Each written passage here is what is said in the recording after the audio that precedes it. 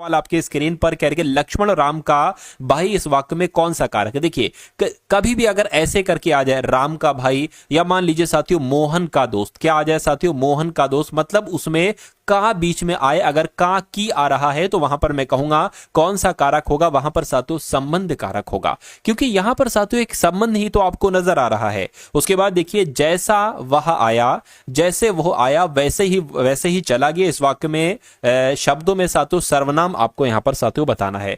तो जैसा और वैसा में कैसा सर्वनाम है, यहां पर भी तो साथियों एक संबंध नजर आ रहा है, जैसा वैसा, तो यहां पर भी आपका एक ऐसा सर्वनाम हो जाएगा, संबंधवाचक सर्वनाम हो जाएगा। तो ये दोनों कॉन्सेप्ट आपको याद रखना है, आपका एग्जाम में इनमें से एक कॉन्सेप्ट आएगा। उसके बाद देखिए अगला सवाल करके संयोग का विलोम क्या होता है, तो आपको यह ध्यान रखना है कि संयोग का विलोम वियोग होता है। अगला देखिए महादेवी वर्मा को जो ज्ञानपीठ पुरस्कार दिया गया था, इनकी किस रचना के लिए दिया गया था, तो मैं कहूंगा इनकी एक रचना थी साथियों यामा, इसके लिए महादेवी वर्मा को ज्ञानपीठ पुरस्कार दिया गया था। कह रहे कि इसमें से तत्सम शब्द कौन सा। देखिए तत्सम शब्द वो होते हैं जिनको हम बहुत कम बोलते हैं, क्या साथियों, जिनको हम अपने रोजमर्रा के जीवन में बहुत कम बोलते हैं, और जिनको साथियों ज्यादा बोलते हैं, क्या जिनको ज्यादा बोलते हैं वो आपके कैसे शब्द होते हैं, वो आपके तद्भव शब्द होते हैं। अब देखिए छत हम लोग अक्सर बोलते रहते हैं तो ये आपका तद्भव शब्द हो जाएगा, छेद भी बोलते रहते हैं ये भी साथियों तद्भव शब्द हो जाएगा, और चांद भी आपका साथियों के तद्भव शब्द हो जाएगा। लेकिन चक्र की अगर बात करते हैं हम लोग नहीं बोलते, हम लोग क्या बोलते हैं साथियों, हम लोग चक्का बोलते हैं, ठीक है। तो चक्का आपका तद्भव शब्द होता है, चक्र आपका तत्सम हो जाएगा, ठीक है। ये आपको साथियों यहां पर ध्यान रखना है। उसके बाद देखिए अगला सवाल कह रहे कि मतैक्य में कौन सी संधि है, मुझे बताइए। देखिए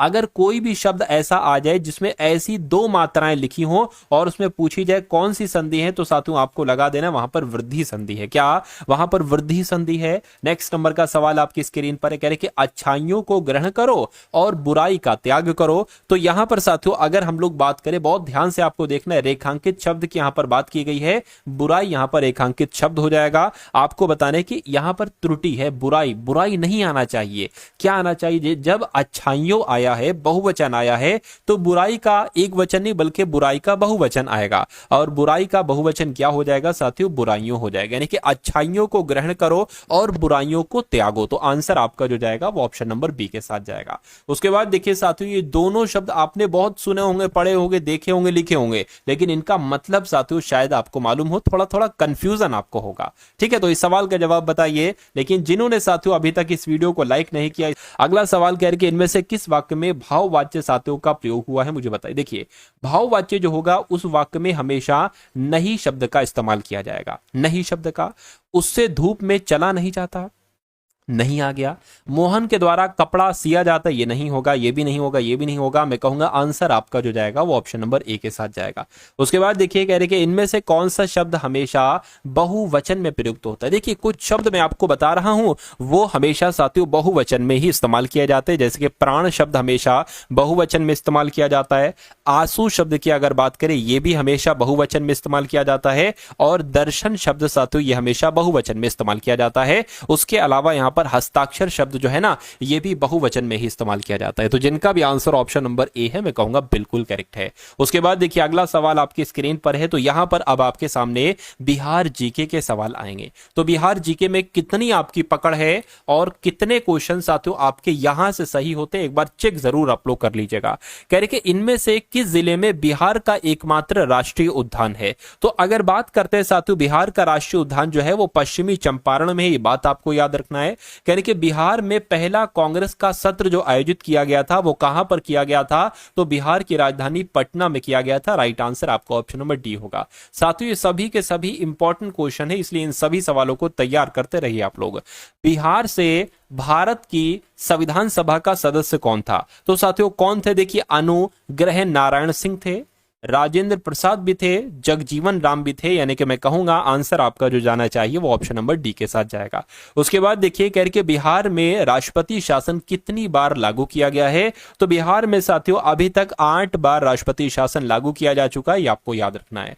उसके बाद देखिए कह रहे कि बिहार के किस जिले को सिल्क सिटी के नाम से जाना जाता है, ये क्वेश्चन मोस्ट इंपॉर्टेंट है, मोस्ट इंपॉर्टेंट ये सवाल है। तो अगर बात करते साथियों भागलपुर की, तो आपको ये ध्यान रखना है सिल्क सिटी किसे कहा जाता है, बिहार के सिल्क सिटी कहा जाता है भागलपुर को। बिहार के कौन से राज्यपाल भारत के राष्ट्रपति बने थे? तो यहां पर अगर बात करें बिहार के कौन से राज्यपाल थे, तो वो राष्ट्रपति रामनाथ कोविंद थे साथियों, राज्यपाल थे, भारत के राष्ट्रपति भी बने थे। उसके बाद देखिए साथियों नेक्स्ट नंबर का सवाल आपकी स्क्रीन पर, कहने के पाटलिपुत्र नगर की स्थापना किसने की थी? तो यहां पर आपको मालूम होना चाहिए पाटलिपुत्र नगर की स्थापना राजा उद्दीन ने की थी। किसने की थी? राजा उद्दीन ने की थी। अगला देखिए कह रहे कि बिहार राज्य का क्षेत्रफल कितना है बताइए। तो बिहार का क्षेत्रफल पता कितना है साथियों? 94,163 वर्ग किलोमीटर है। ये बहुत इंपॉर्टेंट सवाल है साथियों, ये आपसे पूछा जाएगा कि बिहार का क्षेत्रफल कितना है। तो 94,163 किलोमीटर स्क्वायर ये बिहार का क्षेत्रफल है। उसके बाद देखिए अगला सवाल, कहने के बुद्धू भगत के अधीन 1831 का कोल विद्रोह निम्नलिखित में से किस क्षेत्र में हुआ था? तो किस क्षेत्र में हुआ था साथियों? सिंहभूम में हुआ था, यह भी आपको याद रखना है। उसके बाद देखिए बिहार के किस जिले में सबसे अधिक सोने का भंडार मिला है? तो बिहार के किस जिले की बात चल रही है साथियों? जमुई की बात चल रही है। जमुई बिहार का ही जिला है और यहां पर सोने के भंडार मिले हैं, यह आपको ध्यान रखना है। अगला सवाल आपकी स्क्रीन पर है साथियों, यहां अब विज्ञान के सवाल आपके स्टार्ट हो चुके हैं। तो इन सभी के सभी विज्ञान के मोस्ट इंपॉर्टेंट क्वेश्चन को साथियों आप लोग देखेंगे और अपनी तैयारी आप लोग यहां पर तगड़ी करेंगे। देखिए पहला सवाल विज्ञान का, करके द्रव बूंद की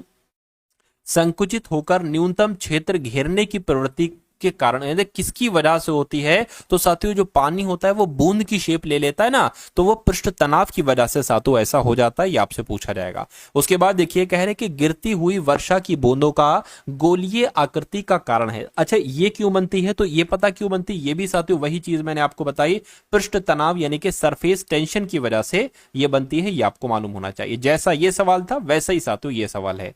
उसके बाद देखिए कह रहे कि जब कोई जहाज नदी से पहले अभी नदी में फिर वो सागर में जाता है तो वो जहाज कुछ ऊपर उठ जाएगा या कुछ नीचे चला जाएगा या उसी तल में रहता है या वह समुद्र की तली में डूब जाता है? तो अगर आपने चुना है ऑप्शन नंबर ए तो मैं कहूंगा आपने बिल्कुल सही चुना है। तो जब कोई जहाज नदी से सागर में जाता है तो कुछ ऊपर उठ जाएगा। उसके बाद देखिए करके वायु दाब मापी की रीडिंग में अचानक गिरावट किस बात का संकेत है? किस बात का संकेत है?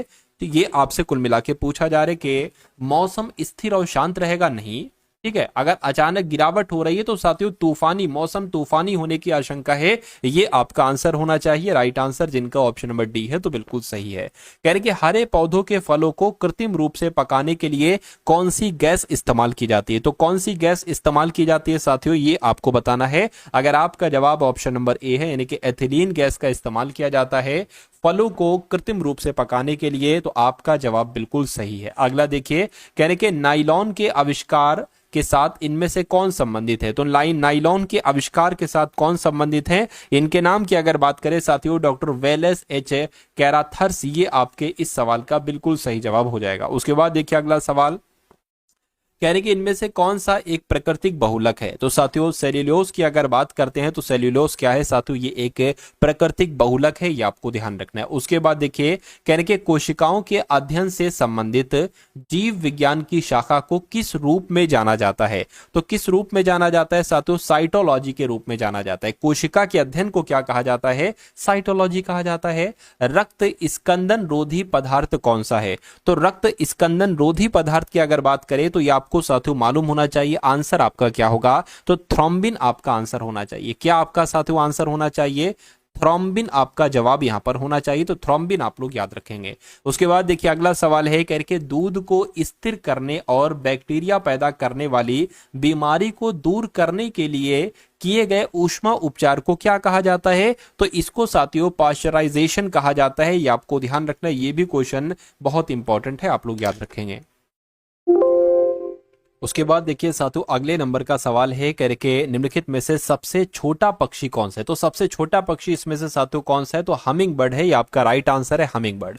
उसके बाद देखिए माइटोकॉन्ड्रिया की खोज किसके द्वारा की गई थी? तो माइटोकॉन्ड्रिया की खोज साथियों अल्टमैन के द्वारा की गई थी, यानी कि रिचर्ड अल्टमैन ने ही माइटोकॉन्ड्रिया की खोज की थी। नेक्स्ट नंबर का सवाल देखिए आप लोग कह रहे कि मनुष्य के सामान्य शरीर का तापमान कितना होता है? तो कितना होता है? 98.6 डिग्री फ़ारेनहाइट? नहीं, 98.4 नहीं बल्कि 98.6 डिग्री फ़ारेनहाइट होती है, ये आपको साथियों याद रखना है। अगला देखिए कह के पोलियो वैक्सीन की खोज किसके द्वारा की गई थी बताइए। साथियों ये सवाल आपके एग्जाम में आएंगे, यहां से कुछ नहीं 20% सवाल तो डिक्टो साथियों आप अपने एग्जाम में देखेंगे, रियल पेपर में देखेंगे। और आपको पता है साथियों बिहार पुलिस कांस्टेबल की एग्जाम तिथि भी तय हो चुकी है, जुलाई के महीने में आपका साथियों पेपर है, इसलिए बिल्कुल मन लगाकर पढ़िए, बिल्कुल ध्यान लगाकर पढ़िए। ये समझ लीजिए यही सवाल, यहां से बाहर सवाल नहीं आएगा, जो मैं आपको पढ़ा रहा हूं वही चीजें आएंगी, वही बिहार जीके आएगी, वही विज्ञान आएगी, वही जीके आएगी, वही हिंदी, वही इंग्लिश, वही मैथ आएगी। ठीक है, तो ये तो साथियों आपके विज्ञान के सवाल चल रहे हैं, उसके बाद जीके के सवाल आप लोग देखेंगे, फिर साथियों मैथ के सवाल भी हम लोग यहां पर देखेंगे, यानी कि सभी सब्जेक्ट को हम लोग यहां पर कवर अप करने की कोशिश करेंगे। तो पोलियो वैक्सीन की अगर हम बात करते हैं तो साथियों जोनास सॉल्क इनका नाम है, और जोनास सॉल्क के द्वारा ही पोलियो वैक्सीन की खोज की गई थी। उसके बाद देखिए निम्नलिखित में से किस जानवर का जीवन काल सबसे लंबा होता है, तो साथियों किसका जीवन काल सबसे लंबा होता है, तो टॉर्टोइज यानी कि कछुए का जीवन काल सबसे लंबा होता है। उसके बाद देखिए कह रहे गाजर रंग में नारंगी होता है, क्यों, क्या गाजर रंग में नारंगी क्यों होता है, आपसे पूछा जा रहा है। ये मिट्टी में बढ़ता है, नहीं, यह सूर्य के प्रकाश के संपर्क में नहीं होता है, इसमें कैरोटीन होता है, कैरोटीन होता है, ये आपका बिल्कुल सही जवाब हो जाएगा। यानी कि अगर ये सवाल आपके एग्जाम में आता है तो जवाब मैंने आपको बता दिया है, बाकी समझदार आप हैं। विटामिन शब्द किसके द्वारा गढ़ा गया था, तो विटामिन शब्द किसके द्वारा गढ़ा गया था साथियों, कासिमिर फंक के द्वारा ही विटामिन शब्द गढ़ा गया था। राइट आंसर आपका जो जाएगा वो ऑप्शन नंबर बी के साथ जाएगा। नेक्स्ट नंबर का सवाल देखिए, कह रहे मस्तिष्क का वो भाग जो हमारे शरीर में भावनात्मक प्रक्रियाओं को नियंत्रित करता है उसको क्या कहा जाता है। देखिए जो हमारी भावनात्मक प्रक्रियाओं को नियंत्रित करता है मस्तिष्क के उस भाग को हाइपोथैलेमस कहा जाता है। क्या हाइपोथैलेमस कहा जाता है। नेक्स्ट नंबर का सवाल देख कह रहे एक जीव जो एक व्यक्ति से दूसरे व्यक्ति में बीमारी पहुंचाता है उसको क्या कहा जाता है, तो उसको साथियों वेक्टर कहा जाता है। क्या वेक्टर के द्वारा ही साथियों एक व्यक्ति से दूसरे व्यक्ति में बीमारी जाती है, इसलिए राइट आंसर आपका जो जाएगा वो ऑप्शन नंबर सी के साथ जाएगा। उसके बाद देखिए बीओडी की फुल फॉर्म आपसे पूछी जा रही है, तो क्या होगी साथियों बीओडी की फुल फॉर्म मुझे बताइए। तो बायोकेमिकल ऑक्सीजन डिमांड कहां पर लिखी हुई है, ये तो साथियों ऑप्शन नंबर सी में लिखी हुई है। बीओडी की फुल फॉर्म हो जाएगी biochemical oxygen demand. Next number का देखिए कहने के मिनी माता रोग द्वारा पानी के प्रदूषण के कारण होता है, यानी कि जो मिनी माता रोग होता है साथियों ये किसके द्वारा पानी के प्रदूषण के कारण होता है ये आपको बताना है। तो मैं कहूंगा पारा यहां पर आ जाए, यहां पर एक खाली जगह है, यहां पर मिनी माता रोग पारा द्वारा पानी के प्रदूषण के कारण होता है। उसके बाद देखिए मानव शरीर की सबसे लंबी हड्डी कौन सी है, तो मानव शरीर की सबसे लंबी हड्डी जो है ना उसका नाम क्या है, उसका नाम फीमर है। क्या उसका नाम है, उसका नाम फीमर है साथियों, ये भी इंपॉर्टेंट क्वेश्चन है। अगला सवाल देखिए कह रहे रक्तचाप को मापने के उपकरण को क्या कहा जाता है बताइए। तो रक्तचाप यानी कि साथियों ब्लड प्रेशर को जो चेक किया जाता है वो स्फिग्मोमैनोमीटर के द्वारा किया जाता है। तो ये सवाल अगर आपसे पूछा जाए एग्जाम में तो आंसर आपको लगा देना है। उसके बाद देखिए यानी कि ताप द्वारा सबसे आसानी से नष्ट होने वाला विटामिन कौन सा है, तो ताप द्वारा सबसे आसानी से नष्ट होने वाला विटामिन साथियों कौन सा है, एस्कार्बिक एसिड है, ये भी आपको याद रखना है। उसके बाद देखिए एक वयस्क मानव का रक्तचाप कितना होता है, तो 120/80 mmHg होता है, ये आपको याद रखना है। कह रहे कि एक आदर्श वोल्ट मीटर का प्रतिरोध जो होता है साथियों ये आपको बताना है, तो अनंत होता है भाई साहब, एक आदर्श वोल्ट मीटर का प्रतिरोध अनंत होता है। अगला सवाल देखिए कह रहे एक शुष्क सेल में कौन सी ऊर्जा पाई जाती है, तो रासायनिक ऊर्जा होती है। एक शुष्क सेल में जो शुष्क सेल होता है उसमें साथियों रासायनिक ऊर्जा होती है। अगला देखिए वोल्टीय सेल के आविष्कारक कौन थे बताइए, तो इनका नाम साथियों किरचॉफ था और किरचॉफ ही वोल्टीय सेल के आविष्कारक थे। कह रहे कि शुष्क सेल है, क्या शुष्क सेल की अगर बात करें तो कुल मिला के ये प्राथमिक सेल होते हैं। क्या ये प्राथमिक सेल होते हैं साथियों, जो शुष्क सेल होते हैं ना ये प्राथमिक सेल होते हैं। कह रहे कि लोहे के ऊपर जिंक की परत चढ़ाने को क्या कहा जाता है, तो इसको साथियों गैल्वेनाइजेशन कहा जाता है। भाई साहब क्या कहा जाता है, गैल्वेनाइजेशन कहा जाता है लोहे के ऊपर जिंक की परत चढ़ाने को। उसके बाद देखिए कह रहे कि आमतौर पर सुरक्षा फ्यूज लगाने के लिए प्रयोग होने वाली तार किस पदार्थ की बनी होती है, तो ये साथियों टिन की बनी होती है, शीशे की, निकिल की, या टिन और शीशे का एक मिश्र धातु होता है। तो मैं कहूंगा टिन और शीशे का एक मिश्र धातु होता है, ठीक है ना। सुरक्षा फ्यूज लगाने के लिए प्रयोग होने वाली तार जो होती है वो टिन और शीशे के मिश्र धातु की ही बनी होती है। ये भी क्वेश्चन बहुत शानदार था। उसके बाद देखिए कह रहे हैं कि बिजली की बल्ब का फिलामेंट किस तत्व का बना होता है? कॉपर का नहीं, आयरन का नहीं, लेड का नहीं साथियों, टंगस्टन का बना होता है। ये सवाल सैकड़ों बार आपके एग्जाम में पूछा जा चुका है। उसके बाद देखिए अगला सवाल कह रहे हैं विद्युत हीटर का एलिमेंट निम्नलिखित में से किस धातु का बना होता है? तो जो विद्युत हीटर होती है उसका एलिमेंट तो नाइक्रोम का बना होता है। किसका बना होता है साथियों? उसका एलिमेंट नाइक्रोम का एलिमेंट साथियों बना होता है। उसके बाद देख लीजिए अगला सवाल आपकी स्क्रीन पर है, यानी कि विद्युत मोटर निम्न सिद्धांत के अनुसार कार्य करती है। तो जो विद्युत मोटर होती है ना साथियों, ये फैराडे के नियम के अनुसार, बिल्कुल साथियों मैं कहूंगा, यहां पर मैं लिख देता हूं, हिंदी में नहीं लिखा है, तो फैराडे के नियम के अनुसार, फैराडे के नियम के अनुसार साथियों कार्य करती है विद्युत मोटर। आंसर आपका जो जाएगा वो ऑप्शन नंबर ए के साथ जाएगा। उसके बाद देखिए अगला सवाल है साथियों, अब देखिए अब जीके जीएस के सवाल यहां पर आप लोग देखेंगे। जीके के सवाल अब आपके शुरू हो चुके हैं, अभी तक विज्ञान के सवाल चल रहे थे, फिर इसके बाद मैथ वगैरह के सवाल भी हम लोग देखेंगे। भारतीय नौसेना की पहली महिला हेलीकॉप्टर पायलट कौन बनी? तो यहां पर अगर बात करें कौन बनी साथियों, अनामिका बी राजीव बनी। ये करंट अफेयर का सवाल है। भारतीय नौसेना की पहली, ये करंट अफेयर का नहीं है, करंट अफेयर के इसके बाद आएंगे। तो भारतीय नौसेना की पहली महिला हेलीकॉप्टर पायलट कौन? ये थोड़ा सा मतलब पुराना सवाल है, तो जीके वगैरह में ये काउंट हो गया है।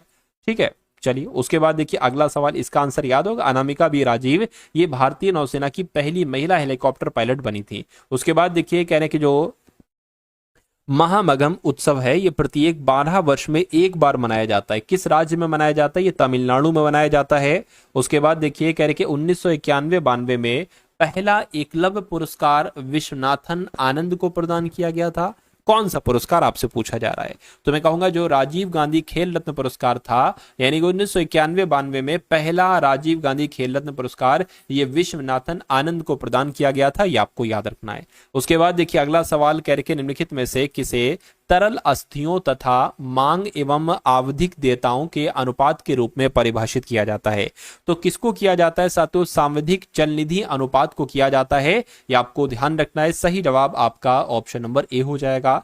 अगला देखिए कह रहे एम्मा रादुकानु एक पेशेवर टेनिस खिलाड़ी हैं, वह कहां की रहने वाली हैं? तो ये साथियों यूके की रहने वाली है। कहां की रहने वाली हैं? ये यूके की रहने वाली हैं। और कह रहे कि निम्नलिखित में से कौन लगातार दूसरी बार विदेश मंत्री बनने वाले पहले व्यक्ति बने हैं? तो साथियों इनका नाम जयशंकर है। एस जयशंकर लगातार दूसरी बार विदेश मंत्री बनने वाले पहले व्यक्ति हैं, ये आपको याद रखना है, आपके एग्जाम में पूछा जाएगा।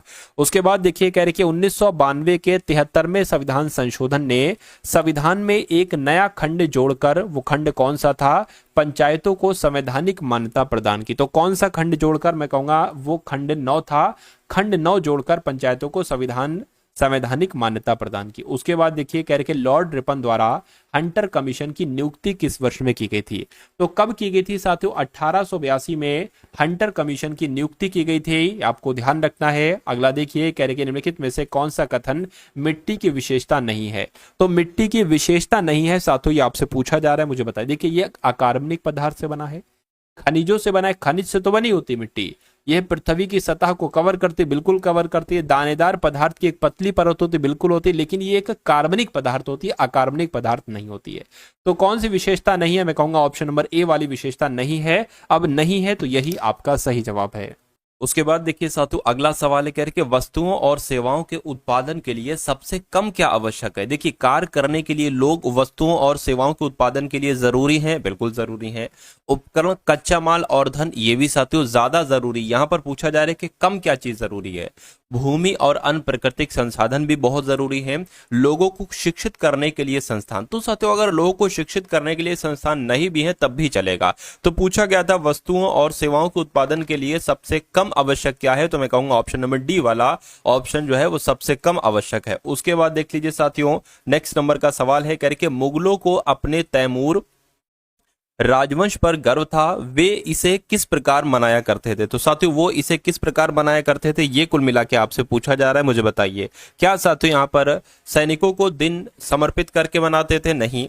देश में छुट्टी के रूप में एक विशेष दिन घोषित करके? नहीं साथियों। प्रत्येक शासक को तैमूर और स्वयं का एक एक चित्र प्रदान करके? बिल्कुल साथियों ये आपके सवाल का बिल्कुल सही जवाब है। उसके बाद देखिए कि निम्नलिखित में से कौन सा अंग मानव नेत्र की संरचना से संबंधित है। तो कौन सा अंग है देखिए साथियों, जाह्नविका है, नहीं है, आइरिस है। क्या है? आइरिस है। और आइरिस को साथियों परितारिका भी कहा जाता है। हो सकता हो आइरिस ना आए, परितारिका आए, तो परितारिका भी आपको ध्यान रखना है कि ये मानव के नेत्र से ही साथियों संबंधित है, परितारिका। चलिए उसके बाद देखिए, कह रहे हैं कि पूर्वी कमान का मुख्यालय भारतीय सेना की पूर्वी कमान निम्नलिखित में से कहां पर स्थित है? तो ये साथियों पश्चिम बंगाल की राजधानी कोलकाता में स्थित है। आंसर आपको ऑप्शन नंबर सी होगा। उसके बाद देखिए, अनेक विद्वान ऐसा मानते हैं कि टिग्रिस यूफ्रेट्स घाटी के मेसोपोटामियाई लोग सिंधु घाटी सभ्यता को कहते थे।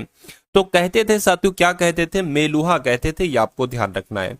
उसके बाद देखिए, कह के भारतीय अंतर्राष्ट्रीय खिलाड़ी के.एम. बीनामोल किस खेल से संबंधित हैं? तो इनका संबंध साथियों किससे है? एथलेटिक्स से इनका संबंध है। ये भी आपको याद रखना है। ठीक है, चलिए अब उसके बाद देखिए साथियों, अगले सवाल है साथियों, अभी आपके सामने मैथ के क्वेश्चंस आएंगे, तो थोड़ा सा अगर आप लोग धैर्य रखेंगे तो बहुत अच्छे तरीके से साथियों आप यहाँ पर पढ़ाई करते जाएंगे। चलिए, क्योंकि धैर्य साथियों हर एक चीज में चाहिए होता है, हर एक चीज में। ठीक है, बंगाल मुगल नियंत्रण से अलग हो गया, जिसके अधीन प्रांत का उपराज्यपाल था, यानी कि उसके अधीन प्रांत का उपराज्यपाल कौन था, उसका नाम क्या था? और उसका नाम साथियों कुल मिला के यहाँ पर आपसे पूछा जा रहा है। तो मुर्शिद कुली खां उसका नाम था। क्या नाम था? मुर्शिद कुली खां उसका नाम था। मौलिद निम्नलिखित में से किस त्योहार का दूसरा नाम है? तो साथियों मिलादुन नबी का दूसरा नाम है मौलिद। यह भी आपको याद रखना है। उसके बाद देखिए, कह रहे कि IPEF स्वच्छ अर्थव्यवस्था निवेशक फोरम की बैठक का आयोजन कहां पर किया गया है? तो साथियों कहां पर किया गया है? सिंगापुर में किया गया। आंसर आपका ऑप्शन नंबर सी होगा। उसके बाद देखिए, कह रहे कि 1932 में हस्ताक्षरित पूना समझौता महात्मा गांधी और किसके बीच हुआ था? एक ये समझौता था, मतलब महात्मा गांधी और किसके बीच हुआ समझौता था, जिसके बाद महात्मा गांधी ने अपना अनशन समाप्त कर दिया था। तो मैं कहूंगा ये तो महात्मा गांधी और भीमराव अंबेडकर के बीच हुआ था। किसके बीच साथियों? गांधी जी और भीमराव अंबेडकर के बीच हुआ था। ये आपको याद रखना है। नेक्स्ट नंबर का सवाल देखिए, कह रहे हैं साथियों कि GVA अर्थव्यवस्था के किसी क्षेत्र, उद्योग या प्रखंड में उत्पादित वस्तुओं और सेवाओं के मूल्य की माप होता है। GVA की फुल फॉर्म क्या है? तो ग्रॉस वैल्यू एडेड है, ग्रोथ वैल्यू एडेड है, ग्रोथ वैल्यू एसेट है, ग्रॉस वैल्यू एसेट है। मैं कहूंगा ग्रॉस वैल्यू एडेड। ये साथियों GVA की फुल फॉर्म हो जाएगी। क्वेश्चन बहुत इंपॉर्टेंट है और आपके एग्जाम में साथियों पूछा जाएगा। ठीक है, चलिए अब उसके बाद देखते हैं अगला सवाल है, कह रहे कि द्रोणाचार्य पुरस्कार ये किससे संबंधित है? तो ये क्या प्रतिष्ठित डॉक्टर और सर्जन्स को दिया जाता है? नहीं। स्पोर्ट्स और खेलों में उत्कृष्ट कोच को दिया जाता है। बिल्कुल सही साथियों, अगर 75 का आंसर ऑप्शन नंबर बी है तो बिल्कुल सही है। भारत के संविधान में पहला संशोधन जो किया गया था वो कब किया गया था? 1954 में, 1951 में, 1950 में या 1959 में? तो आपको ध्यान रखना है 1951 में साथियों पहला संशोधन किया गया था संविधान में। भारत का सबसे लंबा नदी पुल ढोला सदिया, ये कौन सी एक तरीके से नदी पर है, ये आपको बताना है। बताइए। चलिए, तो ये साथियों ब्रह्मपुत्र नदी पर है। कहां पर है जो भारत का सबसे लंबा नदी पुल ढोला सदिया, ये कौन सी नदी पर है? ये साथियों ब्रह्मपुत्र नदी पर है। उसके बाद देखिए, कह रहे कि निम्नलिखित में से किस नदी पर बनाया जा रहा अत्यधिक मात्रा में रसायन जो खेतों से बह जाते हैं? ठीक है ना। अब यहां पर खाली जगह है साथियों, क्या कहां पर खाली जगह? यहां पर खाली जगह, यहां पर खेतों से बह जाते हैं, किसके फलने फूलने के लिए पोषक तत्वों के रूप में कार्य करते हैं? तो मैं कहूंगा शैवाल आपका जवाब हो जाएगा। इस खाली जगह में साथियों शैवाल आएगा। क्वेश्चन डिक्टो आएगा, क्वेश्चन डिक्टो आएगा। खाली जगह साथियों यहां पर दे रखी होगी, शैवाल मैंने आपको आंसर बताया। एक बार आप लोग और क्वेश्चन पढ़ लीजिए और उसका जवाब पढ़ लीजिए। उसके बाद देखिए, कह रहे कि संविधान का जो अनुच्छेद 72 है इसका संबंध किससे है, मुझे बताइए। संसद सदस्यों की योग्यता से है, संसद के संविधान से है, राष्ट्रपति की क्षमादान देने, बिल्कुल सर। तो इसके तहत राष्ट्रपति को क्षमादान देने की शक्ति प्राप्त है, अनुच्छेद 72 के तहत है। उसके बाद देखिए, राजस्व बंदोबस्त की महालवाड़ी प्रणाली के बारे में निम्नलिखित में से कौन सा कथन गलत है? तो एक कथन गलत है, 3 कथन सही हैं। देखिए, इस प्रणाली में जमींदारों को राजस्व एकत्रित करने और उसका भुगतान ईस्ट इंडिया कंपनी को करने का अधिकार है। भाई इसका भुगतान ईस्ट इंडिया कंपनी को करने का अधिकार था। ठीक है, ये सही नहीं लग रहा है तो ये गलत लग रहा है। इस प्रणाली के तहत भू राजस्व को समय समय पर संशोधित किया जाता था, बिल्कुल सही। इस प्रणाली की अवधारणा होल्ट मैकेंजी ने दी थी, बिल्कुल सही। इस प्रणाली का प्रस्ताव 1822 में पेश किया गया था, बिल्कुल सही। गलत कौन सा है? ऑप्शन नंबर ए वाला है, इसलिए सवाल का जवाब आपका ऑप्शन नंबर ए हो जाएगा। चलिए भाई, अब उसके बाद भी देख लीजिए, नेक्स्ट नंबर के सवाल हैं आपकी स्क्रीन पर। कह रहे कि हाल ही में आयोजित ISSF म्यूनिक विश्व कप 2024 में सरबजोत सिंह ने कौन सा पदक जीता है? तो साथियों इन्होंने स्वर्ण पदक जीता है। ये मोस्ट इंपॉर्टेंट क्वेश्चन है, आपके एग्जाम में आ सकता है। यानी कि MSP में वृद्धि ने किसानों को मोटे अनाज के उत्पादन के MSP में वृद्धि ने किसानों को मोटे अनाज के उत्पादन से, ठीक है, अब से के बाद यहां पर खाली जगह है से, उसके बाद लिखा है कि किसके उत्पादन के लिए भूमि को तैयार करने के लिए मजबूत किया गया है? तो मैं कहूंगा गेहूं और चावल के उत्पादन के लिए भूमि को तैयार करने के लिए मजबूत किया गया। यानी कि MSP में वृद्धि ने किसानों को मोटे अनाज के उत्पादन, जैसे कि गेहूं हो गया, चावल हो गया, इसके उत्पादन के लिए भूमि को तैयार करने के लिए मजबूत किया गया है। उसके बाद देखिए, मुगल सम्राटों के शासनकाल में कथक मूल रूप से निम्न दरबारों में से 2 घरानों में विकसित हुआ। तो साथियों वो 2 घराने कौन कौन से? एक तो जयपुर घराना और एक लखनऊ घराना है। ये आपको याद रखना है। राइट आंसर आपका जो जाएगा वो किस ऑप्शन के साथ जाएगा साथियों? वो ऑप्शन नंबर A के साथ जाएगा। उसके बाद देखिए अगले नंबर का सवाल है। अगले नंबर के सवाल की अगर बात करें तो कहा आपसे जा रहा है कि श्रीलंका क्रिकेट टीम का मुख्य कोच किसको बनाया गया है? तो अभी हाल फिलहाल में सनत जयसूर्य को ही श्रीलंका क्रिकेट टीम का मुख्य कोच बनाया गया है। अगला देखिए, कह रहे कि वार्षिक माइंडफुलनेस इंडिया शिखर सम्मेलन का जो 3रा संस्करण आयोजित किया गया है, ये कहां पर आयोजित किया गया है? तो ये मुंबई में आयोजित किया गया। कहां पर साथियों? मुंबई में आयोजित किया गया है। और किसे? BCCI ने अपनी एंटी करप्शन यूनिट का नया अध्यक्ष नियुक्त किया है।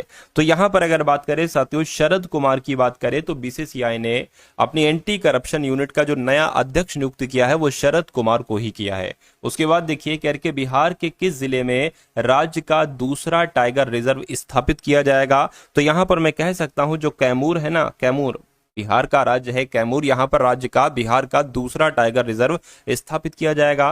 किस देश में बड़ा दशे त्योहार मनाया गया है? तो साथियों यहां पर अगर बात करें बड़ा दशे त्योहार जो मनाया गया है वो नेपाल देश में मनाया गया। कहां पर साथियों? नेपाल देश में मनाया गया है। उसके बाद देखिए, कह रहे किस देश में जेशोरेश्वरी मंदिर से देवी काली का मुकुट चोरी हुआ है? तो साथियों बांग्लादेश की अगर बात करें, बांग्लादेश से जोशेरेश्वरी मंदिर से काली देवी का, ठीक है, देवी काली का मुकुट चोरी हुआ है। ये आपके एग्जाम में पूछा जा सकता है, आप लोग याद रखेंगे।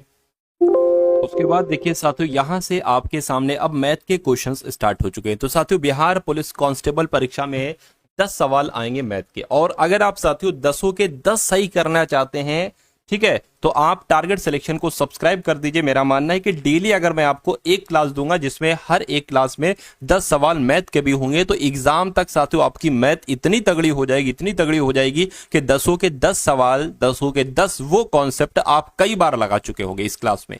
एक बार नहीं, कई बार मैं आपको वो कॉन्सेप्ट साथियों समझा चुका हूं। चलिए तो अब बात करते हैं साथियों, ऐसा भी सवाल आता है इस कॉन्सेप्ट पर आधारित, कहते 5 व्यक्तियों की औसत आयु 28 वर्ष है। अगर हम इस लाइन को सॉल्व करें तो 5 व्यक्तियों की औसत आयु कितनी दे रखी है? 28 वर्ष दे रखी है।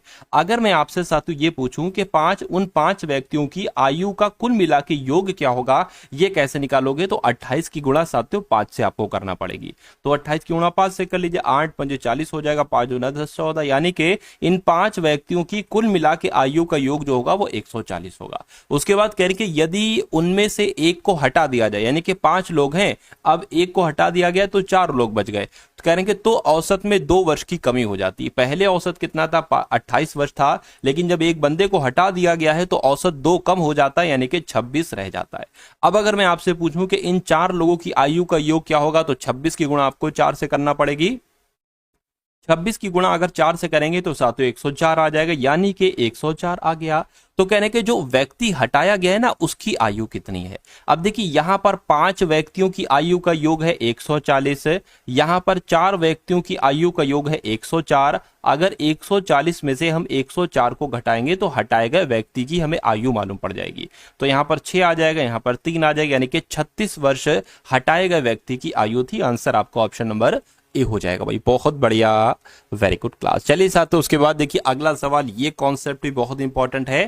कहने के 3 उम्मीदवार हैं ABC, इन्होंने एक चुनाव लड़ा, ठीक है, और चुनाव में जो इनको वोट प्राप्त हुए हैं, ए को प्राप्त हुए 1800, बी को वोट प्राप्त हुए 3300, सी को वोट प्राप्त हुए 3900। कहने के किसी भी वोट को अवैध ना मानते हुए बताइए कि बी को कुल वोटों का कितना प्रतिशत मिला है। ये कोई लाइन नहीं, कोई लाइन नहीं है, ठीक है।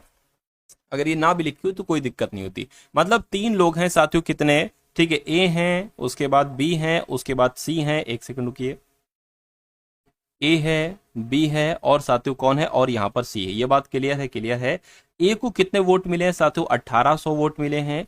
बी को कितने वोट मिले हैं, बी को 3300 वोट मिले हैं। और सी को कितने वोट मिले हैं, 3900 वोट मिले। सवाल आपसे ये पूछा जा रहा है कि अगर हम बी का देखें कि बी को कितने प्रतिशत वोट मिले, ये तो पता है हमें कि 3300 वोट मिले हैं, लेकिन अगर हम ये जानने की कोशिश करें कि बी को कितने प्रतिशत वोट मिले हैं तो कितने प्रतिशत वोट मिले, 35%, 36%, 32%, 30%, ये सवाल में पूछा गया है।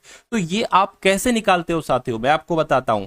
किसका प्रतिशत निकालना है, बी का प्रतिशत निकालना है। बी को कितने वोट मिले हैं साथियों, बी को 3300 वोट मिले, तो 3300 यहां रख लो, गुणा होगी साथियों 100 से, क्योंकि प्रतिशत में बदलना है। और नीचे क्या आता है, नीचे ए बी सी तीनों का योग आ जाएगा कि तीनों को भैया कितने वोट मिले हैं।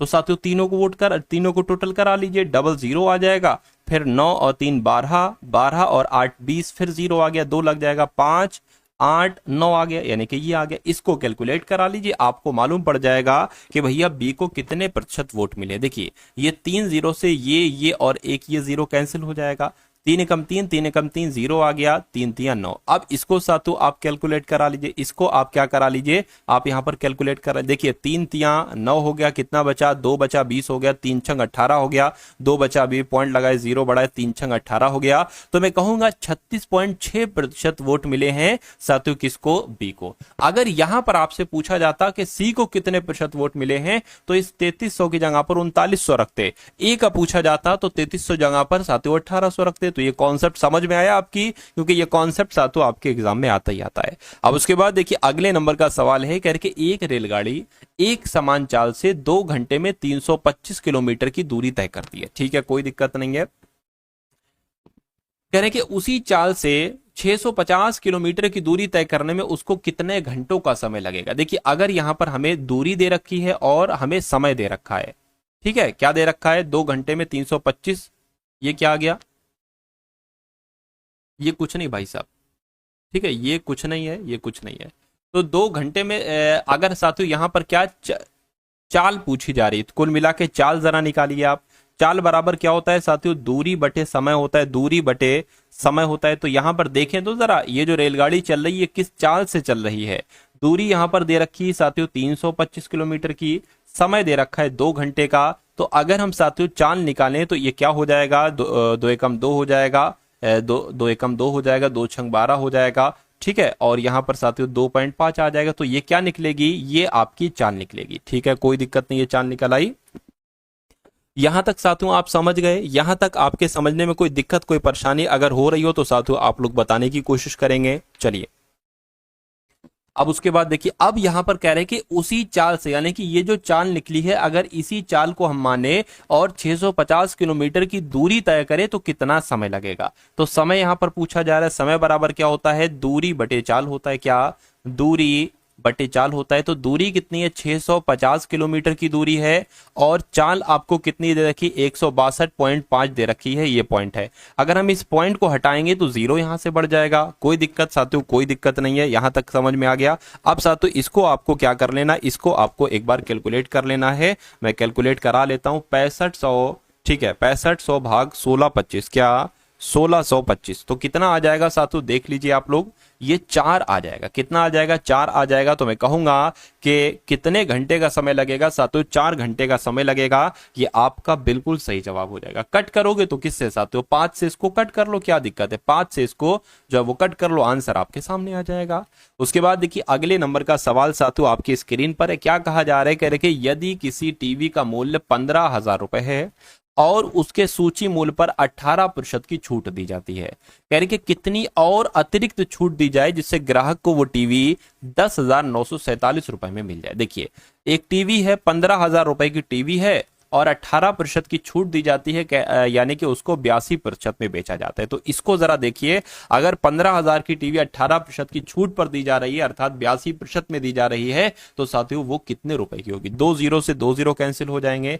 150 की गुणा साथियों 82 से करा दीजिए, 15 दूना 30 हो जाएंगे, 15 अट्ठे 120 हो जाएंगे, 0 3 2 1, यानी कि वो टीवी 15,000 से साथियों कितने की आ जाएगी, वो टीवी 15,000 से 12,300 की आ जाएगी अगर 18% की छूट दी जाएगी।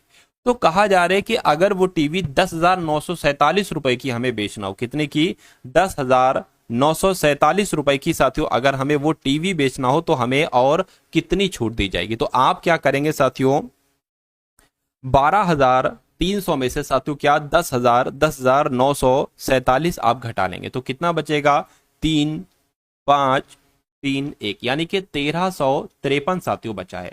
अब आपको इसको आप क्या निकाल लीजिए, अब आप इसको ही साथियों प्रतिशत में यहां पर निकाल लीजिए। इसको अगर प्रतिशत में करते हैं तो साथियों कैलकुलेट करा लीजिए, ठीक है ना। 1,353 कम हुए हैं 12,300 से, तो 12,300 साथियों ये यहां पर आ जाएगा। इतनी बात क्लियर है, इतनी बात क्लियर है तो कोई दिक्कत नहीं है। अब देखिए अब क्या करते हैं हम लोग यहां पर, देखिए इन 2 जीरो से ये 2 जीरो कैंसिल हो जाएंगे, 2 जीरो से 2 जीरो कैंसिल आपके हो जाएंगे। अब साथियों आप इसको कैलकुलेट करा लो, ठीक है। 1,353 हाँ कितना आ जाएगा, 123 यहां पर आ जाएगा। तो देखिए इसको कैसे कैलकुलेट कराएं, वैसे कैलकुलेट करा लेते, चलिए कोई दिक्कत नहीं, एक सेकंड रुक जाइए। यहां पर क्या है 1,353 है और यहां पर क्या है 123 है। 123 अगर एकम 123 यहां पर लिख दें, कोई दिक्कत नहीं, तो जाएगा एक आएगा, 3 यहां पर आ गया, फिर से 123 से कम 123 आ जाएगा, यानी कि 11% यहां पर आपका जवाब आ जाएगा। तो 15,000 की कोई चीज है, 18% में छूट दी गई, और कितनी छूट दी जाए तो मैं कहूंगा और 11% की छूट दी जाए तो वो साथियों 10,947 रुपए की बिकेगी। ये चीजें आपको समझ में आ रही है ना, क्योंकि सवाल साथियों यहीं से बनेंगे, थोड़ा सा चेंज कर दिया जाएगा, नंबर्स वगैरह चेंज कर दिए जाएंगे, 11% की जगह 12% कर दिया जाएगा, बाकी डिक्टो चीजें यहां पर आपको देखने को मिलेगी। चलिए तो अब बात करते हैं उसके बाद अगले नंबर के सवाल की। कह रहे कि एक वस्तु को 460 रुपए में बेचने पर सुधा को 8% की हानि होती है। यदि वो इसे सुधा को 8% की हानि होती है, तो इस लाइन को हम कैसे लिख सकते हैं, यदि वो इसे 590 रुपए में बेचती है तो उसे कितने प्रतिशत का लाभ होगा। देखिए अगर इस पहले वाली लाइन को हम सॉल्व करें ना, तो एक वस्तु को 460 रुपए में बेचने पर 8% की हानि होती है, यानी कि वो उसको 92% में बेचना पड़ रहा है। तो जब वो 92% में बेचती है तो वो साथियों 460 रुपए की बेचती है, ठीक है ना। तो वो इसे अगर 590 रुपए में बेचती, ठीक है, तो उसे कितने प्रतिशत का लाभ होगा। ज्यादा का बेच रही है, क्या ज्यादा का बेच रही है। देखिए साथियों यहां पर अगर हम लोग बात करें 92% बटे ये क्या आ जाएगा, ये 460 आ जाएगा। अब ये पता क्या है, ये 1 रुपए में है, 1 रुपए में। अब इधर भी 590 की गुणा कराओ और इधर भी साथियों क्या 590 की गुणा करा दो और आप इसको सॉल्व कर लो, आपका आंसर आ जाएगा। इस जीरो से साथियों आपका ये जीरो कैंसिल हो जाएगा, बिल्कुल हो जाएगा, ठीक है ना। अब साथियों अगर इसको हम कैलकुलेट करें तो 46 से कम 46, 46 दूना कितने होते हैं, 92 होते हैं, 59 दूना कितने हो जाएंगे साथियों, ये आपके कितने हो जाएंगे, 118% हो जाएंगे। तो मैं कहूंगा ठीक है, कितने का लाभ होता है, वो वस्तु 118% में जाकर बिकती है, यानी कि कितने का फायदा होगा, 18% का फायदा होगा। 18% कहां पर लिखा हुआ है, ऑप्शन नंबर बी में लिखा हुआ। तो इस सवाल को आप ऐसे करेंगे अगर कम समय में आपको करना है, ठीक है ना। उसके बाद देखिए नेक्स्ट नंबर का सवाल है, कह रही कि यदि किसी संख्या के 40% में 165 जोड़ दिया जाता है तो परिणामी संख्या वही हो जाती, क्या, जो ये संख्या थी वही हो जाती। तो वो संख्या बताइए। मान लीजिए वो संख्या साथियों हमने x मान ली, क्या मान ली, x मान ली। तो अगर किसी संख्या के 40%, तो 40/100, इसमें अगर हम 165 जोड़ देते हैं तो बराबर करके वही संख्या आ जाती जो यहां पर मैंने ली थी। इनका कहने का मतलब ये है। तो वो संख्या बताइए, यानी कि यहां से आपको x का मान निकालकर बताना है। चलिए कोई दिक्कत नहीं है। अब देखिए ये क्या हो जाएगा, ये आपका 40x हो जाएगा, ठीक है। ये आपका 40x बटे यहां पर 100 हो जाएगा, ठीक है ना, और प्लस आपका ये 165 हो जाएगा, बराबर आपका x हो जाएगा। अब एक काम आप ये कर सकते हैं, क्या कर सकते हैं आप, देखिए ये x है और ये 40x बटे 100 है, इसको इधर लाइए, यानी कि ये 165 तो यहीं पर रहेगा, x भी यहीं पर रहेगा, ये प्लस का है ना, ये माइनस का हो जाएगा, 40x बटे 100 आ गया। अब क्या होगा, अब 165 तो साथियों वैसा ही रहेगा, बराबर। अब देखिए 100 की माइनस लगाए, 100 की गुणा x में होगी, तो ये आपका 100x हो जाएगा, माइनस 40x हो जाएगा, बटे में क्या आ जाएगा, 100 आ जाएगा। 100x में से 40 से x घटेगा तो साथियों 60x बचेगा, 60x बटे क्या हो जाएगा, एक काम करिए 60x की अगर बात करें, ठीक है, अब यहाँ इसको भी कैलकुलेट करा लीजिए आप लोग, एक सेकेंड। ये जो 100 है इसको भी कैलकुलेट करा लीजिए, तो यहाँ पर साथियों क्या आ जाएगा, ए 16,500 आ जाएगा। अब क्या हो जाएगा साथियों, x बराबर 16,500 आ गया, बटे क्या आ जाएगा साथियों, 60 आ जाएगा। अब आपको क्या करना है, अब आपको साथियों इसको कैलकुलेट कर लेना। देखिए 0 से 0 जाएगा, ठीक है। और उसके बाद अगर हम लोग यहाँ पर बात करते हैं, 6 कम 6, 6 दूना 12 हो गया। कितना बचेगा साथियों, 4 बचेगा, 45 हो जाएगा, 45 हो जाएगा ना, ठीक है। और 45 हो गया, 6 चंग 36, 6 सत्ते 42, 6 सत्ते 42 हो जाएगा, 3 जाएगा 30 हो जाएगा, 6 पंजे 30 हो जाएगा। यानी कि x का मान आपको बताना था, x का मान कितना आ चुका है, 275 आ चुका है। तो जिनका भी आंसर 275 है, मैं कहूंगा आपका आंसर यहाँ पर बिल्कुल सही हो जाएगा भाई, बहुत बढ़िया, वेरी गुड क्लास। उसके बाद देखिए अगले नंबर का सवाल आपकी स्क्रीन पर है, कह रहे कि यदि एक रेलगाड़ी 75 किलोमीटर प्रति घंटा की चाल से चलती है तो यह एक निश्चित दूरी 12 घंटे में तय कर लेती है। यात्रा के समय को वास्तविक समय से 3 घंटे कम करने के लिए रेलगाड़ी को किस चाल से चलना चाहिए, 120 किलोमीटर प्रति घंटा, 100, 90, 95 किलोमीटर प्रति घंटा। इस सवाल की अगर बात करें, इसमें पहली लाइन में जो दे रखा है, कह रही कि यदि एक रेलगाड़ी 75 किलोमीटर प्रति घंटे की चाल से चल रही है और एक निश्चित दूरी को 12 घंटे में तय कर लेती है, ठीक है ना। तो यहां से देखिए आपको चाल दे रखी है, आपको दूरी दे रखी है, तो आपका समय निकल आएगा बड़ी ही आसानी से। समय बराबर क्या होता है, दूरी बटे चाल होता है, ठीक है। दूरी दे रखी है, चाल दे रखी है, ठीक है। तो नहीं, एक निश्चित, अच्छा यहां पर ये तो क्या दे रखा है, घंटा दे रखा है ना। यहां पर दूरी आपसे कुल मिला के पूछी जा रही है, दो चीजें दे रखी हैं, यहां पर आपको चाल दे रखी है और समय दे रखा है, दूरी आपसे पूछी जा रही है। तो दूरी बराबर क्या होता है, दूरी बराबर होता है साथियों चाल गुणा समय। क्या, चाल गुणा समय होता है साथियों दूरी बराबर। तो दूरी बराबर साथियों चाल की अगर बात करें तो 75 किलोमीटर प्रति घंटा है और 12 घंटे में लगाती है, यानी कि अगर 75 की स्पीड से चलती है तो 12 घंटे में वो दूरी तय कर लेती है। तो बताइए वो दूरी कितनी होगी। तो 75 की गुणा 12 से करा लीजिए, 75 की गुणा 12 से करा लीजिए, 150 और 75 0 0 साथियों कितना आ जाएगा, 8 और 1 9, यानी कि 900 किलोमीटर वो दूरी होगी। क्या, 900 किलोमीटर साथियों, 900 किलोमीटर वो दूरी होगी। अब कह रहे हैं यात्रा के समय को वास्तविक समय से, वास्तविक समय आपका कितना था, वास्तविक समय 12 घंटे थे, यानी कि इससे अगर 3 घंटा कम कर दिया जाए, यानी कि अब अगर समय को 12 से घटाकर 3 घंटा कम कर दें, 9 हावर कर दें, 9 घंटे कर दें, तो रेलगाड़ी को किस चाल पर चलना चाहिए। तो चाल आपसे पूछी जा रही है, चाल बराबर क्या हो जाएगा, चाल बराबर साथियों दूरी बटे समय हो जाएगा। दूरी बटे समय, दूरी कितनी है, दूरी 900 किलोमीटर है और यहां पर समय को अब घटाकर 9 कर दिया गया है। तो चाल क्या होगी साथियों, चाल आपकी 100 किलोमीटर प्रति घंटा हो जाएगी। 100 किलोमीटर प्रति घंटा आपकी साथियों चाल हो जाएगी। तो 100 किलोमीटर प्रति घंटा कहां पर लिखा हुआ है, ये ऑप्शन नंबर बी में लिखा हुआ है, यानी कि ये आपका साथियों बिल्कुल सही जवाब हो जाएगा भाई, बहुत बढ़िया, वेरी गुड क्लास। चलिए साथियों उसके बाद देख लीजिए नेक्स्ट नंबर का सवाल है, कह रहे कि 4, 8, 15 का चतुर्थ अनुपाती क्या है। ये सवाल मैंने आपको अभी 1-2 दिन पहले करवाया था, ये गलती से यहाँ पर टाइप हो गया, चलिए कोई दिक्कत नहीं। अगर साथियों इस टाइप का सवाल आता है तो आप कैसे करेंगे, आप करेंगे साथियों इस प्रकार से, चतुर्थ अनुपाती x मान लेते हैं, तो 4:8 है, यानी कि इसको इस प्रकार से लिख सकते हैं। 5:x है तो इसको इस प्रकार से कर सकते हैं। अब आपको क्या कराना है साथियों, क्रॉस मल्टीप्लाई करा लीजिए, ठीक है। 4 की गुणा इससे हो जाएगी, यानी कि ये 4x बराबर 15 कितना हो जाएगा, 120 हो जाएगा। x बराबर क्या हो जाएगा साथियों, 120 बटे 4 हो जाएगा। 4 से कटेगा तो साथियों यहाँ पर कितना आ जाएगा, 30 आ जाएगा। और 30 कहां पर लिखा हुआ है, 30 साथियों आपके ऑप्शन नंबर डी में लिखा हुआ भाई, बहुत बढ़िया, वेरी गुड क्लास। चलिए साथियों उसके बाद देखिए अगले नंबर का सवाल आपकी स्क्रीन पर है, ठीक है। चलिए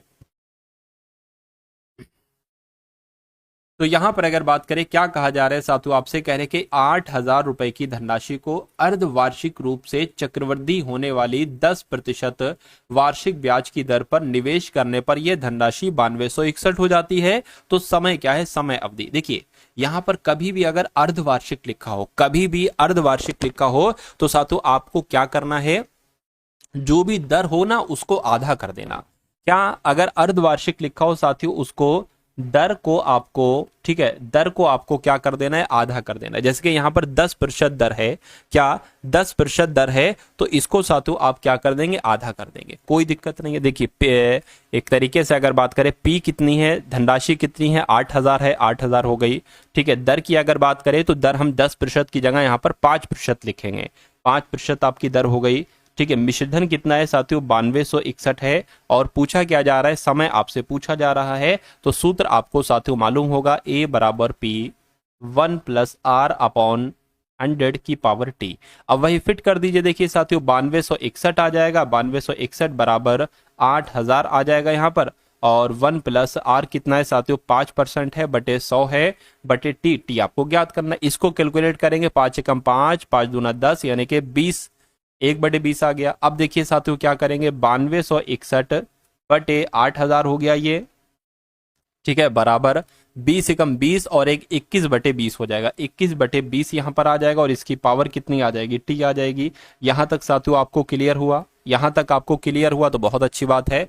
अब देखिए, अब आपको ऐसा नहीं लग रहा है कि ये 20 का क्यूब है और ये 21 का क्यूब है, ठीक है। तो साथियों क्या इसको हम इस प्रकार से नहीं लिख सकते कि 21 और 20 का ये क्यूब है ना, इसको यहां पर क्यूब लिख लिया और बराबर, ये तो चल ही रहा है 20/21/20, ये टी आ जाएगा। तो ये और ये सेम है, टी बराबर क्या आया, 3 आया, तो मैं कहूंगा टी बराबर कितने वर्ष आ जाएगा, 3 वर्ष आ जाएगा। और समय कितना निकल कर आया, 3 वर्ष निकल कर आया। लेकिन एक बात आपको और ध्यान देना है, ये अर्धवार्षिक यहां पर लिखा हुआ है, यानी कि ये 3 वर्ष नहीं लिखा हुआ है साथियों। ये जो आंसर निकल कर आया है 3 छमाही निकल कर आया है। अरे भाई 6-6 महीने का है ना, अगर यहां पर वार्षिक लिखा होता तो 3 आता तो 3 वर्ष हो जाता, लेकिन यहां पर अर्धवार्षिक लिखा है तो 3 छमाहियां निकल कर आई हैं। 3 छमाहियां का मतलब पता क्या होता है साथियों, एक छमाही और दूसरी छमाही यानी कि 1 साल और फिर एक छमाही, तो 1.5 साल यहां पर हो जाएगी। तो 1.5 साल कहां पर लिखी हुई है, एक सही 1/2 वर्ष कहां पर लिखी हुई है, ऑप्शन नंबर बी में लिखी हुई है, यानी कि ऑप्शन नंबर बी आपके सवाल का बिल्कुल सही जवाब हो जाएगा। अब उसके बाद देखिए नेक्स्ट नंबर का सवाल साथियों आपकी स्क्रीन पर है, इस सवाल को देखिए और बताइए राइट आंसर आपका यहां पर क्या हो सकता है। कह रहे कि उस शंकु का आयतन बताइए जिसके आधार की त्रिज्या 18 सेंटीमीटर और उसकी ऊंचाई 35 सेंटीमीटर है, पाई का मान 22 यहां पर 7 लिया गया, कोई दिक्कत नहीं। देखिए अब यहां पर आपको साथियों ये ध्यान देना है कि आखिर शंकु का आयतन होता कितना है, शंकु के आयतन का आखिर सूत्र होता कितना है, तो 1/3, क्या साथियों 1/3 पाई आर स्क्वायर एच, ये होता है साथियों, इतनी बात क्लियर है। अब यहां पर देखिए आप जरा, कह रहे हैं कि शंकु का आयतन बराबर 1/3, पाई की वैल्यू आपको दे रखी है 22/7, आर कितना दे रखा है, त्रिज्या आपको 18 दे रखी है, यानी कि 18 × 18, और एच ऊंचाई कितनी दे रखी है साथियों, 35 सेंटीमीटर की दे रखी है। अब 7 से अगर कटेगा तो ये 35 आ जाएगा, 3 से कटेगा तो ये 6 आ जाएगा। अब क्या क्या आपके सामने आ चुका है, 22 × 18 × 6 पंजे 7, तो यहाँ पर 30 हो जाएगा। तो आपको इसको कैलकुलेट करा लेना है साथियों, ठीक है। इसको अगर हम कैलकुलेट कराते हैं तो कैसे करा देंगे, देखिए मैं आपको कैलकुलेट करके यहाँ पर बता देता हूँ, 1 सेकंड रुकिए। देखिए 18 तियां कितने हो जाएंगे साथियों, 500, अगर हम 18 की गुणा 3 से करेंगे तो 54 आएगा, 18 गुणा 30 से करेंगे तो 540 आ जाएगा, यानी कि 54 की गुणा आपको 22 से करा लेना है। तो कितना हो जाएगा, 4 दूना 8 और 5 दूना 10 आपका हो गया, ठीक है ना, ये 8 है। और फिर से यहाँ पर क्या 108 आ जाएगा, 8 आ गया, 8 आ गया, 1 और 1 आ गया, और इसमें साथ 1 0 लग जाएगा, यानी कि 11,880, ये आपका बिल्कुल सही जवाब हो जाएगा, ठीक है ना। और ये दोस्तों ये वीडियो आप लोगों को कैसी लगी कमेंट बॉक्स में ज़रूर बताएं। अगर वीडियो अच्छी लगे तो वीडियो को लाइक करें और चैनल पर नए हैं तो चैनल को सब्सक्राइब करना ना भूलें।